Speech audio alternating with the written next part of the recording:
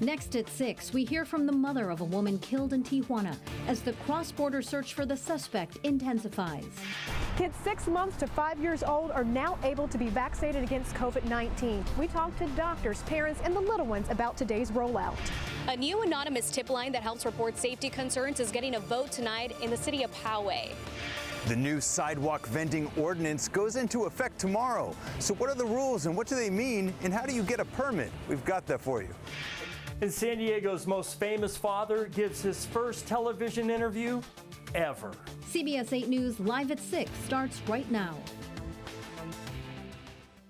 New rules go into effect tomorrow for sidewalk vendors operating in San Diego and not just at our local beaches. Good evening and thanks for joining us. I'm Marcella Lee. I'm Carlo Cicchetto. We've been working for you all day to break down the new regulations and find out how they're going to impact what is expected to be the busiest summer in years. Here's CBS 8's Brian White. With the new rules for vending taking effect tomorrow, the vendors you see here at the Prado and Balboa Park will no longer be allowed to operate here. From shaved ice to lemonade to churros. Churros, corn a cup. You can find a little of everything here from street vendors in Balboa Park, but starting Wednesday, no vendors allowed. It's frustrating and confusing and scary. Vendor Sterling McElhannon sells Mediterranean donut holes to tourists. He's one of many vendors who like the foot traffic here in the Prado. I feel like the carpet's being pulled out from underneath our feet. The new rules call for a summer moratorium on vendors throughout Balboa Park. We're going to have a summer blackout, so to speak, so there won't be any street vendors permitted from now through September. Another hot spot for vending is along the oceanfront parks in Mission Beach. That park will be full of families from all over the city who come there to picnic, enjoy the beach, and they've been replaced by the street vendors. The ordinance takes effect citywide Wednesday, but certain elements will not be enforced in the coastal areas because the California Coastal Commission still has to weigh in.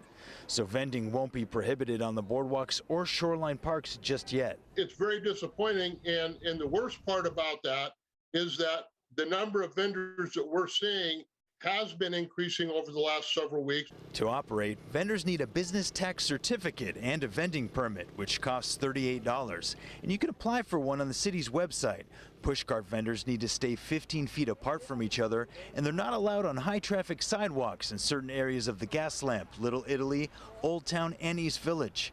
Anyone who breaks the rules will get a warning at first, but then they could face a $200 penalty, and after that, $500. Neighborhood code enforcement and park rangers will be enforcing these rules. It does go down to making sure that you're aware of the rules for any specific area because they do change, and we don't want people to think that what applies at one place might apply at another.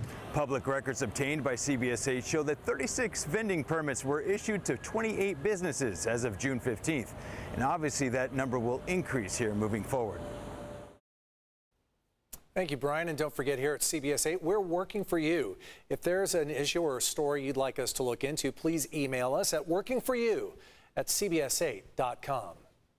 Many parents are feeling relief tonight now that children as young as 6 months old can get vaccinated against COVID-19.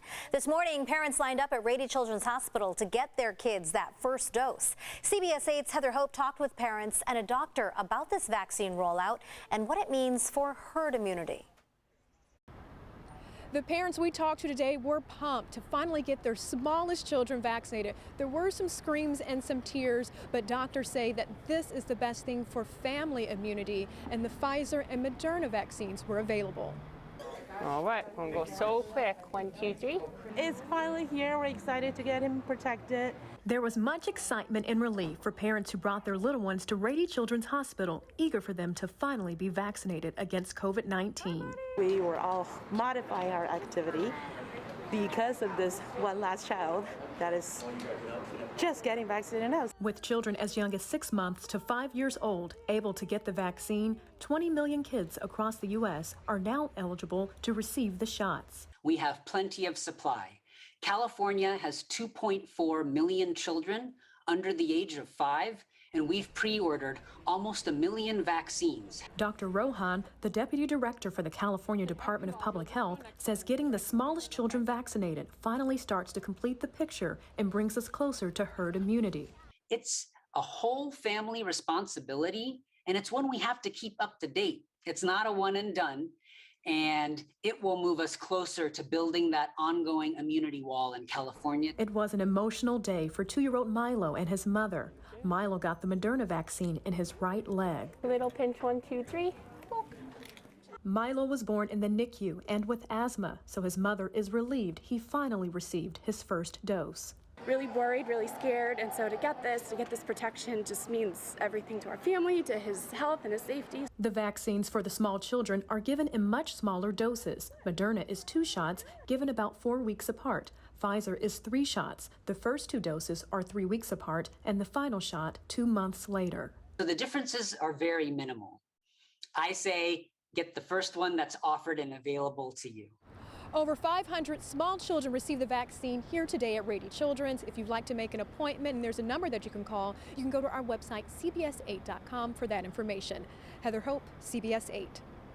Thank you, Heather. We're learning more tonight about the man still wanted in connection with the murder of a San Diego mother just south of the border. 50-year-old Tyler Adams lived in a University Heights apartment with Raquel Sabian and their infant child. Sabian was found dead in her car in Tijuana late last month. CBS 8's David Goffredson talked to her parents today. Until they capture him, the baby's not safe with any of us. Denise Hosking never suspected Tyler Adams was a danger to her granddaughter. She says he loved the 7-month-old baby. He was like no man I've ever seen. I mean, he was usually the one holding that baby. He would feed her. He would do everything. Her daughter, Raquel Sabian, lived in this University Heights apartment on Texas Street. Adams moved in a 1.5 years ago, and Raquel soon got pregnant. Neighbors told me Adams seemed weird, and he would frequently dye his hair dark black. You know how when you dye your hair and you keep dyeing it and keep dyeing it and it starts to look very funny? And that's how he looked. He looked very funny with his hair like that. Last month, police found Sabian's body in the back seat of this white Volkswagen Jetta near the beach in Tijuana. Adams had been renting an apartment nearby. Her remains found in a red and white cooler, according to the victim's father, who told me the autopsy showed his daughter had a broken neck. 2008 white Volkswagen, like a sedan, and the container was red with a white top, and he put her inside. David Sabian believes his daughter may have been killed inside the University Heights apartment and then driven across the border. But he says San Diego police still have not searched the apartment for evidence of a murder. They went inside just to look for Valentina, my granddaughter, but not to do any forensics or anything, because their position is my daughter was murdered in Tijuana. Now, that 7-month-old baby girl is safe. She remains in protective custody in Tijuana, but the family tells me they are hopeful she will be transferred to San Diego County Child Protective Services later this week. David, I'm sure a lot of our viewers are surprised they haven't even entered that apartment at this point in this search. What's the latest right now? Where are we at in the manhunt for Tyler Adams? He really could be anywhere. He has several known aliases, several fake IDs. He has old addresses here in San Diego County. Raquel's mother told me today that he visited Las Vegas, and also she knows he has a driver's license out of Arizona. Arizona are possibilities. We'll just have to wait and see if anybody recognizes his photographs that we have posted at CBS 8. All right, David Goffredson reporting for us.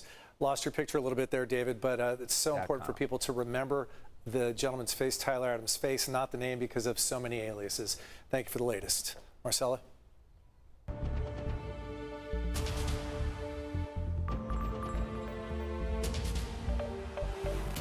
Powerful testimony today in Washington, where lawmakers investigating the January 6th attack on the Capitol held their 4th hearing.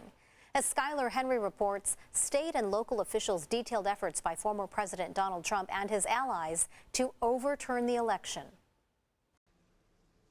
Tuesday, the House January 6th committee argued former President Donald Trump and top aides pushed officials in key states to overturn the election in his favor, despite warnings it could lead to violence. The president's supporters heard the former president's claims of fraud and the false allegations he made against state and local officials as a call to action.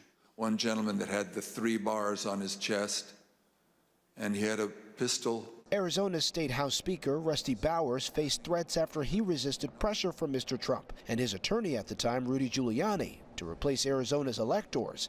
Bowers recalled this exchange with Giuliani. He said, "We've got lots of theories, we just don't have the evidence." Also testifying were Georgia's top election officials Gabriel Sterling and Brad Raffensperger, who received that now infamous phone call where the former president asked for additional votes to win the state. We just followed the law and we followed the Constitution.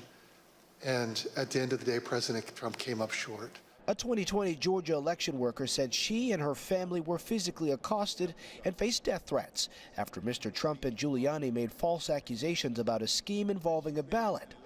Wishing death upon me, saying things like, "Be glad it's 2020 and not 1920.